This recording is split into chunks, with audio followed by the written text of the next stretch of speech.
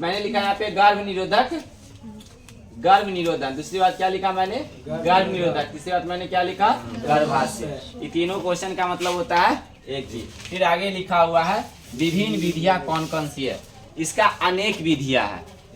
कितने विधियां है, अनेक। एक विधि नहीं है, अनेक विधि है। अब अनेक विधि में कुछ ऐसा एग्जाम्पल मैंने दिया। पहला क्या है, रोधिका विधि। क्या है, दूसरा का क्या है, रासायनिक विधि। तीसरा का क्या है, शल्य विधि। और चौथा क्या है, अंत गर्भाशय गर्भ निरोधक युक्तियां।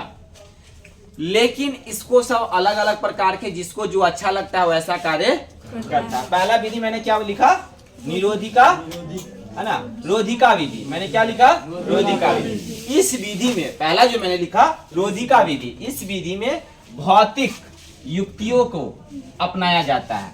भौतिक युक्तियां को क्या किया जाता है। अब कहेंगे सर भौतिक विधियां क्या है, क्वेश्चन में ही आंसर है, भौतिक विधि।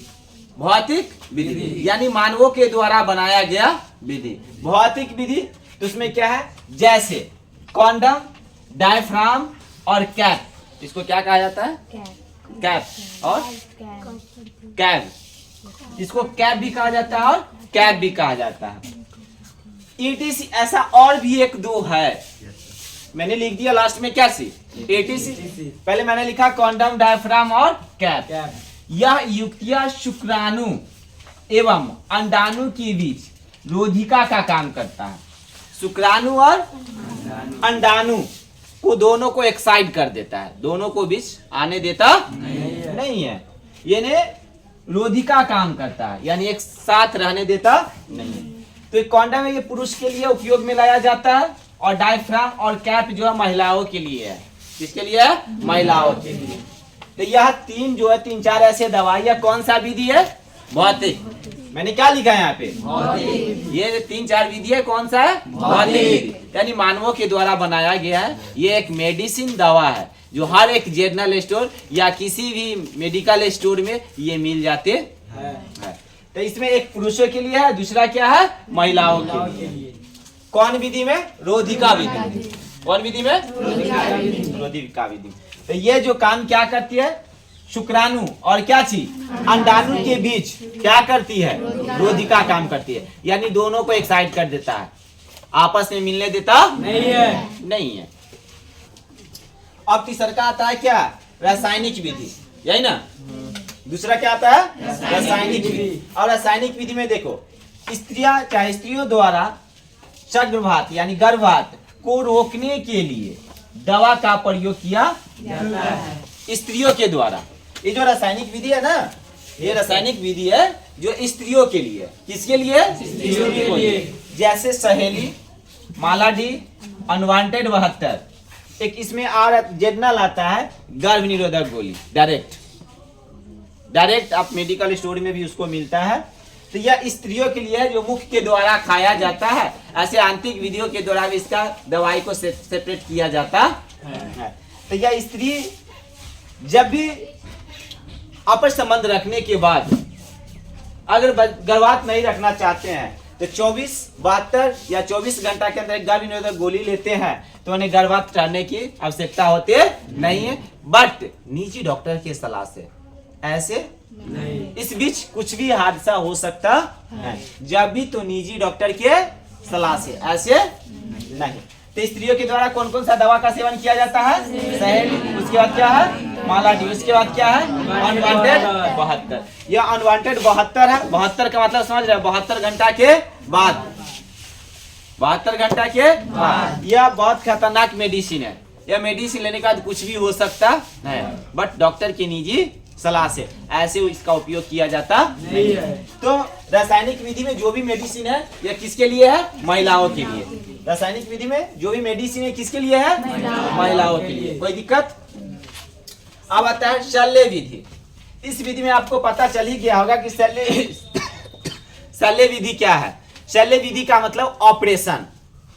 क्या चीज होना चाहिए, ऑपरेशन। शल्य विधि के द्वारा मैंने लिखा ऑपरेशन। नर में शुक्राणु को, नली को एवं स्त्रियों में अंडवाहिनी नली को काटकर क्या कर दिया जाता है, बांध दिया जाता है। काटकर क्या किया जाता है, बांध दिया जाता है। आप कभी भी सुने होंगे ये उनको ऑपरेशन हुई है ना। तो यह ऑपरेशन नर और मादा दोनों के लिए है, यानी पुरुष और स्त्री दोनों के लिए है। ये क्यों होते हैं? ये ऑपरेशन के बाद उनके दवा हुआ मेडिसिन लेना पड़ता नहीं है, इनकी कोई आवश्यकता नहीं है। कभी देखेंगे ना ऐसे स्त्रियों में 2 बच्चे या 3 बच्चे होते हैं, उनको ऑपरेशन कराना है, ऑपरेशन हुआ है, उनके बाद उन्हें बच्चे संभव नहीं है जन्म ले सकते हैं। उसमें जहाँ बच्चे जो गर्भ में पलते हैं वो पलने वाले जो नस होते हैं उनको डॉक्टर के द्वारा क्या ऑपरेशन करके काट के उसको क्या कर दिया जाता है, बांध दिया जाता है। कहानी वहीं पे। तो यह जो ऑपरेशन है स्त्रियों में भी, स्त्रियों के लिए भी होता है और पुरुषों के लिए होता है, दोनों के लिए ये ऑपरेशन किया जाता है। लेकिन फिलहाल ज्यादातर यह स्त्रियों के लिए ऑपरेशन होती है, पुरुष के लिए उतना नहीं होती है। तो आपने जब भी बोला शल्य विधि में नर में शुक्राणु एवं स्त्रियों में अंडवाही नली को काटकर क्या कर दिया जाता है, बांध दिया जाता है। कौन विधि के द्वारा? ऑपरेशन यानी शल्य विधि के द्वारा। कौन विधि के द्वारा? शल्य विधि। क्लियर? उस समय झंझट खत्म, कहानी, कोई भी दवा लेने की आवश्यकता नहीं है। जिसका ऑपरेशन हुआ है उसी के साथ, अन्य के साथ फिर क्या लेना पड़ेगा? दवा, याद रखिएगा। उसके बाद आपको क्या यहाँ पे क्वेश्चन आता है चौथा में, अंत गर्भाशय गर्भ या निरोधक युक्तियां। अब इसमें क्या कहता है मालूम है?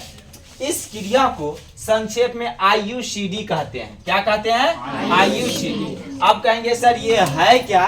तो इसमें स्त्रियों के लिए ये है। ये क्या है? स्त्रियों के लिए। इसमें क्या कर दिया जाता है? कॉप्टी अथवा लूप ये का प्रयोग स्त्रियों के द्वारा लगाया जाता है, जो 6 महीना के लिए होता है, 4 सप्ताह के लिए होता है और 3 महीने के लिए होता है। इसके अलावा और भी होती है जिसको मैंने कहता है इंजेक्शन।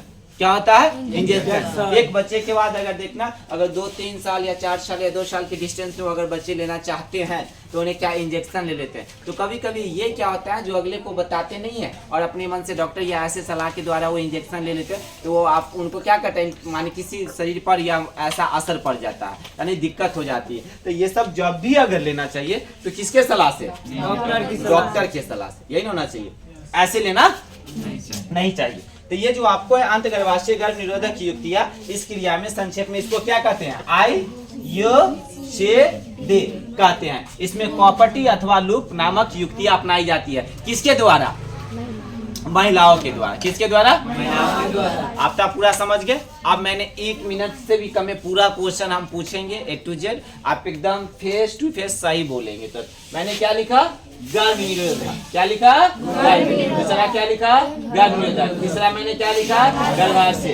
क्या है? कौन कौन से विधियां? इसका विधि कितना है? निम्नलिखित है, 4 है, यानी निम्नलिखित है। पहला विधि मैंने क्या लिखा? रोधिका विधि। रोधिका विधि में, इस विधि में भौतिक युक्तियों को क्या किया जाता है? उपयोग में लाया जाता है, जिसमें निम्नलिखित युक्तियां दवा है, कॉन्डम, डायफ्राम और कैप। यह युक्तियां शुक्राणु और अंडाणु के बीच क्या करती है? रोधिका काम करती है, यानी दोनों को अलग होने का काम करती है। दूसरा विधि क्या है? रासायनिक विधि। क्या है? रासायनिक विधि। इसमें स्त्रियों द्वारा गर्भाशय को रोकने के लिए दवा का उपयोग किया जाता है। कौन कौन दवा है? सहेली। उसके बाद क्या है? उसके बाद क्या है?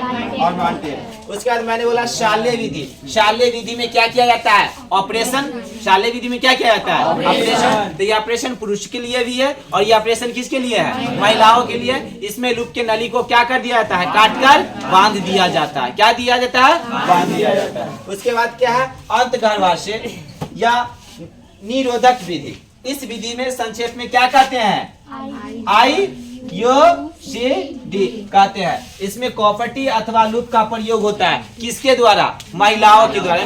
माने इसका प्रयोग महिला कर सकते हैं, इसके अलावा अन्य नहीं कर सकते। कभी अगर आपसे अगर पूछे डायरेक्ट गर्भ निरोधन या गर्भ निरोधक या गर्भाशय के रोकने के लिए कितने विधियां है, तो निम्नलिखित विधियां है। अगर शॉर्ट में एग्जांपल देंगे तो कितने विधियां है? 4। 1 नंबर में क्या है? रोधिका विधि। दूसरा क्या है? रासायनिक विधि। तीसरा क्या है? चौथा क्या है?